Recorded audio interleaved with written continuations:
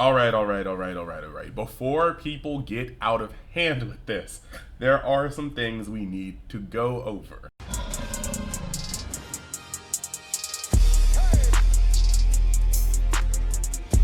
Hey everybody, welcome back to UniX TCG, and today we will be talking about the breakdown for the Knoxville, Tennessee Pro Play Games hosted One Piece card game regional. That's a bit of a mouthful, but there's a lot of results that have people sitting here kind of saying the same thing they've been saying for all of set 3, and it's kind of getting out of hand. But I think there's a lot of factors that went into this that people aren't willing to see right now, and so we're going to dive into that. We're going to talk about the breakdown, we're going to talk about what was present, we're going to talk about why it might have turned out that way, and some eyewitness accounts of what was going on.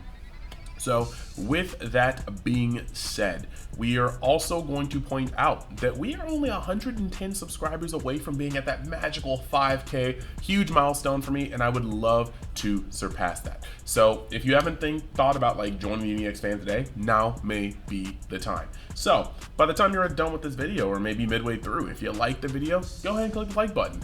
Maybe comment on the video, just letting me know your thoughts, and I'll get back to that. Subscribe if you haven't subscribed. Maybe look at the link tree, join the Discord and whatnot. And then I also want you guys to keep an eye out for New York Comic Con.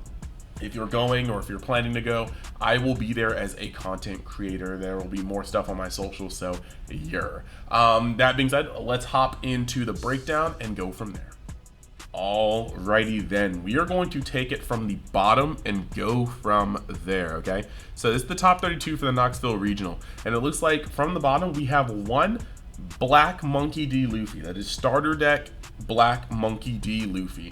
That's actually really cool. I kind of hope that we are able to get a deck list or deck profile on that one. And we have one set 1 Roronoa Zoro, a little low compared to what we've had before, but hey, it's there. One Blue Yellow Queen from set 4. You'll love to see the new decks creeping in there. 2 Don Quixote do Flamingos, the purple green from set 4. We've got 3 Blue Black Rebecca's from set 4. 3 Charlotte Katakuris from set 3 yellow. We have 3 Blue Starter Crocodiles. That is actually pretty crazy. And then after that, we have 6 Trafalgar Laws as well as 12 Edward Newgates. So with that being said, I think everybody is thinking the same thing.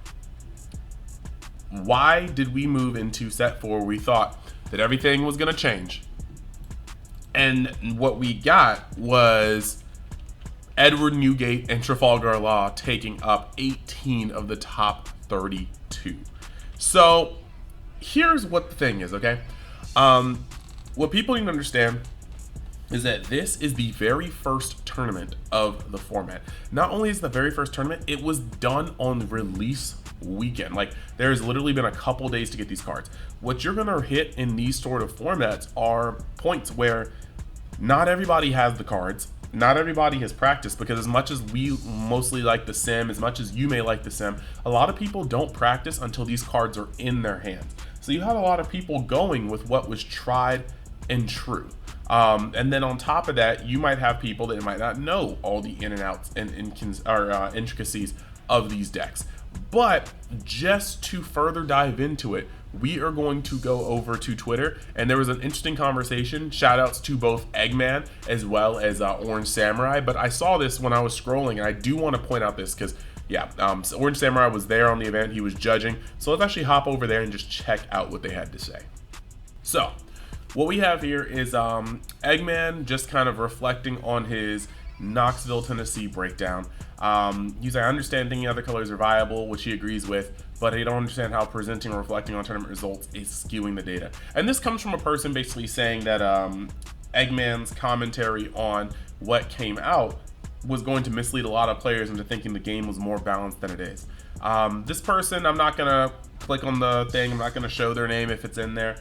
They're clearly feeling some type of way about the format and the way it is, but I do want to go on Orange Samurai's bit, because they are legitimately, like, he was at the regional judging, and he said other colors are viable. If this had been a one-day event with no top cut, then Rebecca would have been the undefeated winner. Right then and there is letting you know that Rebecca went through Swiss undefeated and then lost in top cut. And And then he says, I don't have a full color representation, but I somewhat recall that there were about 150 Katakuri, 100 something Whitebeards, and 50 Zoros. It was an unfortunate situation where a lot of non-red played each other. The 3 Rebecca players lost to Crocodile, Queen, and Katakuri. So that definitely played a factor into how red ended up going so far. So going down here, you have another person, Michael, saying, we were talking about this on the way home. 18 players top cut between Whitebeard and Law. I think 12 were on one side, 6 on the other. So a lot of us non-reds did have to battle each other out before hitting anyone else, it seemed. I didn't play Whitebeard and Swiss, and only 1 Law out of round 9. The person said, we really need full leader breakdowns for these events. I want all the data. So they're just going on about that. And we got some thing for eggs. Look, the point is that looking at this, I've been doing a fair amount of like breakdowns for the decks that came out, right? Don Quixote, Doflamingo can ball pretty hard with Whitebeard, but Rebecca almost gets clean, easy wins with Whitebeard. And Rebecca can also do a lot of things towards Law. Rebecca has a lot of good Lobby 1-drop destruction, and then has the ability to take chunks of life with its Master Stroke. Legitimately, Rebecca eats if it just sees a bunch of Whitebeards all day. And the thing about this is, clearly, like that guy said, the dude was saying there, he didn't face a single Whitebeard up until top cut. Well, he said he faced 1 Whitebeard through top cut, and he said in top cut, all the non-reds faced non-red decks, and they had to knock each other out. So this is going to be a little skewed. The very next regionally that you see is going to have a much higher concentration of these set 4 decks, seeing as that set 4 has actually been able to be out and allowed to breathe. On top of that, we are also going to see people get way more comfortable with what they're able to do. If you have this many Laws and this many Whitebeards in a format, Rebecca and Doflamingo are just simply going to eat. It's just going to happen.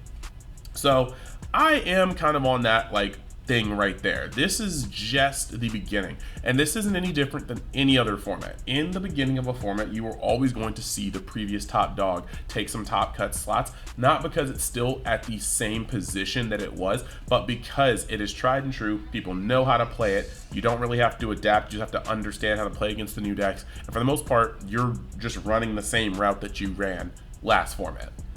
This will change. Let the next few tournaments decide what the meta is looking like over in global. Please do not look at this and just believe that red is still going to be the indestructible juggernaut, because even over in Japan, red is not taking every top slot like it used to. And here, arguably red is weaker. We do not have 4 radical beams. We do not have 4 blocker Marcos. We are actually at a point where red is not the same color here as it is in Japan, and we can see that set 4 had a great shift from as many red decks as there were taking up all these top slots. So just give it a little time. I do predict, like, one of my main things also kind of rough here is that when it comes to Rebecca, I can't ever fully put her on the top, simply because Rebecca at the end of the day is a Whitebeard slayer. Yes, its ability to go Gear 4th Luffy and just chunk off 2 life and then go for a game again as long as there are no blockers is astounding. That being said, if Whitebeard is not prevalent in the format, Rebecca's main meal ticket is not present in the format, and that's going to allow other decks to get a little rough. Like Rebecca's matchup into Katakuri is not very fun for Rebecca. They start gaining life in the time that it takes for you to set up your main combo, and then your main combo is not as efficient. Meanwhile, they are thoroughly beating down on you with these 10-drop big moms, these Yamatos, things like that. On top of that, you have things like Doflamingo that are going to be able to come through and just start tapping everything, punching through your wall of blockers that Rebecca normally sets up, and then attempting to destroy you before you can get to the point where Luffy is going to do its thing. So I think in the future, we're going to see a much more widespread, like, you will probably see equal parts Whitebeard, Rebecca, Dofi, and Katakuri. That's just what I'm calling. Zoro, I think, is going to take a little bit of a back seat. I do think that Zoro can really, really, really play still. A lot of people are going to be wanting to get off of him because he's been, like Whitebeard, the thing that's been clogging up the format, so to speak.